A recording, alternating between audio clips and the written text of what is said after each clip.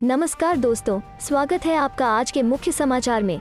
सबसे पहली बड़ी खबर में आपको बताएंगे, कांग्रेस ने मोदी की रैली को असफल बताया। इसी के साथ दूसरी बड़ी खबर में जिक्र होगा कि पीएम मोदी के दौरे का कांग्रेस समेत कई संगठनों ने किया विरोध, काले झंडे दिखाने की कोशिश, गिरफ्तार। तीसरी बड़ी खबर में आपको बताएंगे कि लड़की हूँ लड़ सकती हूँ। प्रियंका गांधी के नारे को कांग्रेस ने चंडीगढ़ निगम चुनाव में अपनाया, 40% महिलाओं को दी टिकट। दोस्तों, हर एक खबर की गहराई में आपको ले जाएंगे, लेकिन दोस्तों खबर में आगे बढ़ने से पहले अगर आपको भी ऐसा लगता है कि अब की बार अखिलेश यादव की सरकार और योगी सरकार को लगेगा बड़ा झटका, तो आप अभी इस वीडियो को लाइक कीजिए और इस लाल बटन को दबाकर चैनल को सब्सक्राइब करके घंटी बजाइए और कमेंट में लिखे जय हिंद। कांग्रेस ने मोदी की रैली को असफल बताया। जी हाँ दोस्तों, कांग्रेस प्रदेश महासचिव राजपाल खरोला ने शनिवार को देहरादून में हुई पीएम मोदी की रैली को असफल करार दिया। कहा कि ऋषिकेश से बहुत कम लोग रैली में गए। शनिवार को कांग्रेस प्रदेश महासचिव राजपाल खरोला ने कहा कि भाजपा की जनविरोधी नीतियों के चलते लोगों का मोह सरकार से भंग हो गया है, इसलिए जनता भाजपा से कट चुकी है।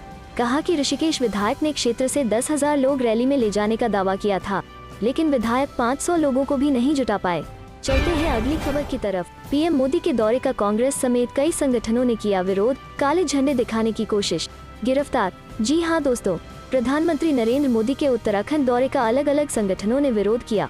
पीएम को काले झंडे दिखाने आए कांग्रेस कार्यकर्ताओं को पुलिस ने दून के एशले हाल चौक से गिरफ्तार कर लिया। वहीं एनएसयूआई के कार्यकर्ताओं की कर्णपुर में पुलिस से धक्का मुक्की भी हुई, जिसके बाद पुलिस ने उन्हें गिरफ्तार किया गया। वहीं भगवानपुर पुलिस ने मंडावर चेक पोस्ट से भीम आर्मी प्रदेश अध्यक्ष मुनीलाल शिंदे, पवन कुमार, अमित कपिल को हिरासत लिया। वे पीएम मोदी को काले झंडे दिखाने के लिए दून आ रहे थे।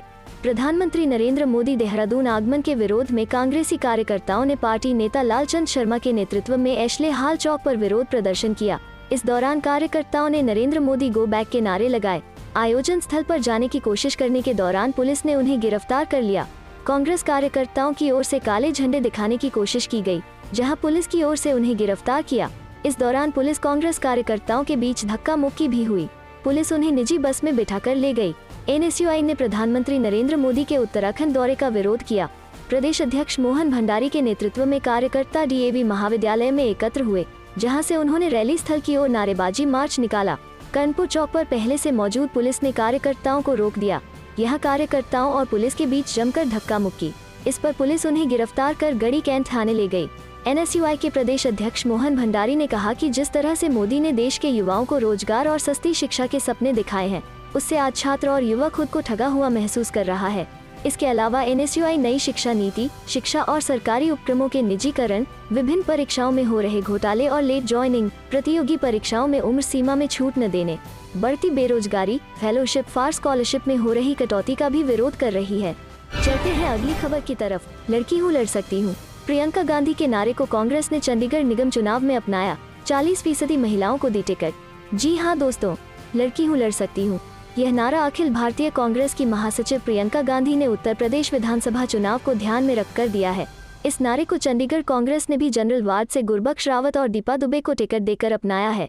निगम चुनाव में कांग्रेस ने महिलाओं को 40% के हिसाब से 14 महिलाओं को टिकट दिया है।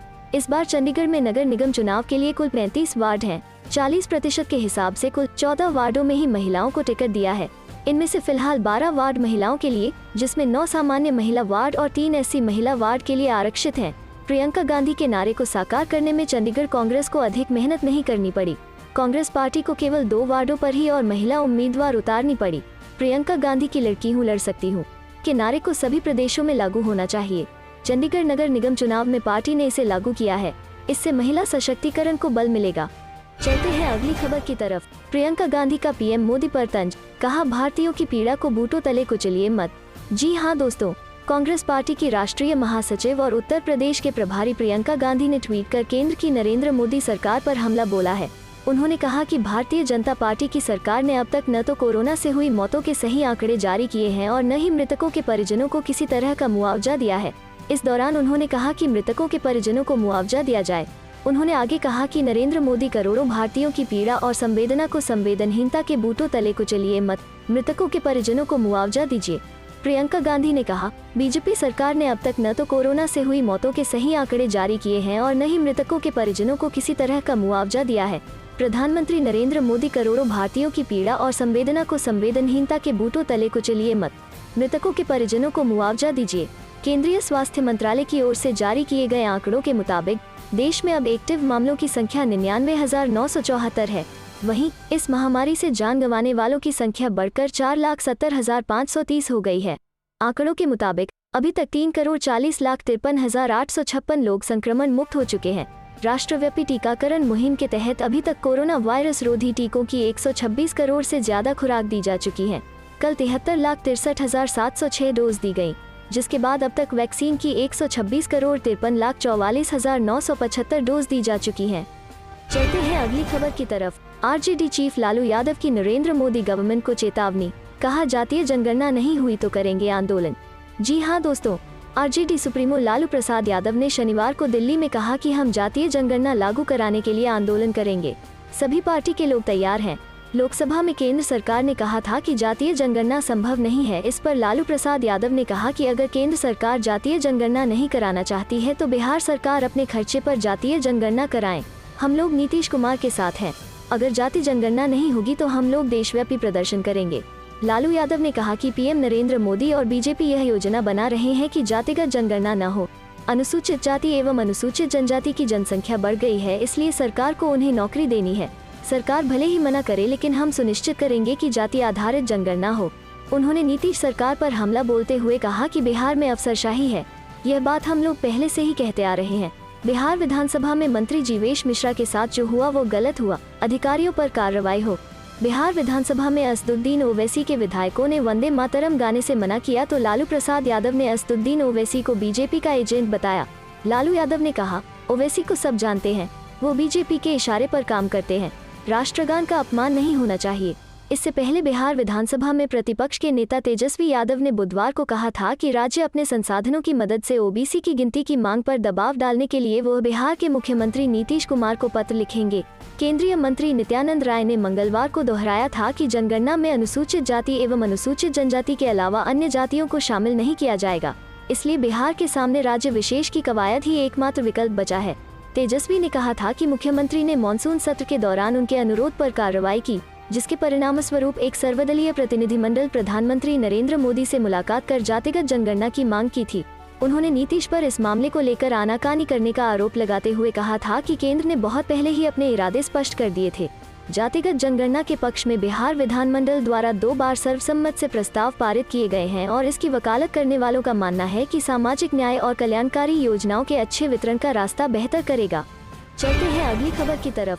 अप इलेक्शन 2022, पंजाब के सीएम चन्नी की यूपी कांग्रेस में बड़ी मांग, चुनाव में बनेंगे पार्टी के प्रचार का प्रमुख चेहरा।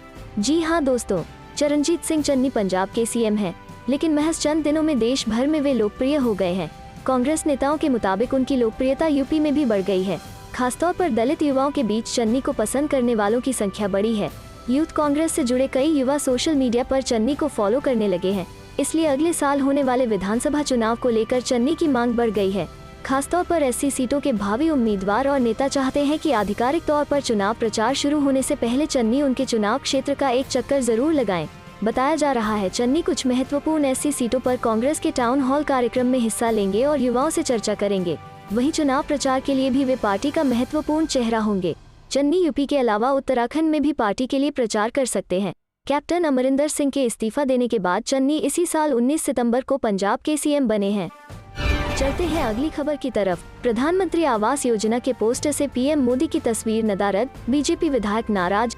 जी हां दोस्तों, बिहार के पश्चिम चंपारण जिले के बेतिया में प्रधानमंत्री आवास योजना के उद्घाटन पोस्टर से प्रधानमंत्री नरेंद्र मोदी की तस्वीर गायब होने का मामला तूल पकड़ता जा रहा है।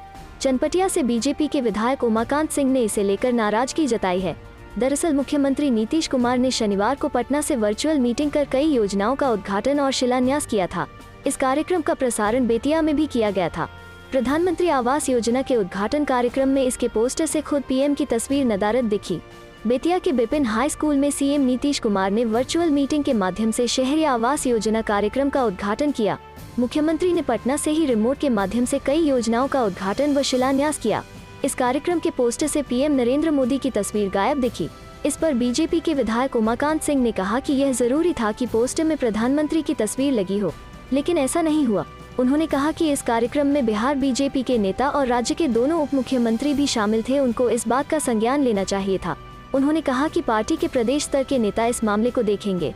बता दें कि मुख्यमंत्री नीतीश कुमार ने प्रधानमंत्री शहरी आवास योजना के तहत शनिवार को पटना में 12,352 लाभार्थियों को सांकेतिक तौर पर घर की चाबी सौंपी थी।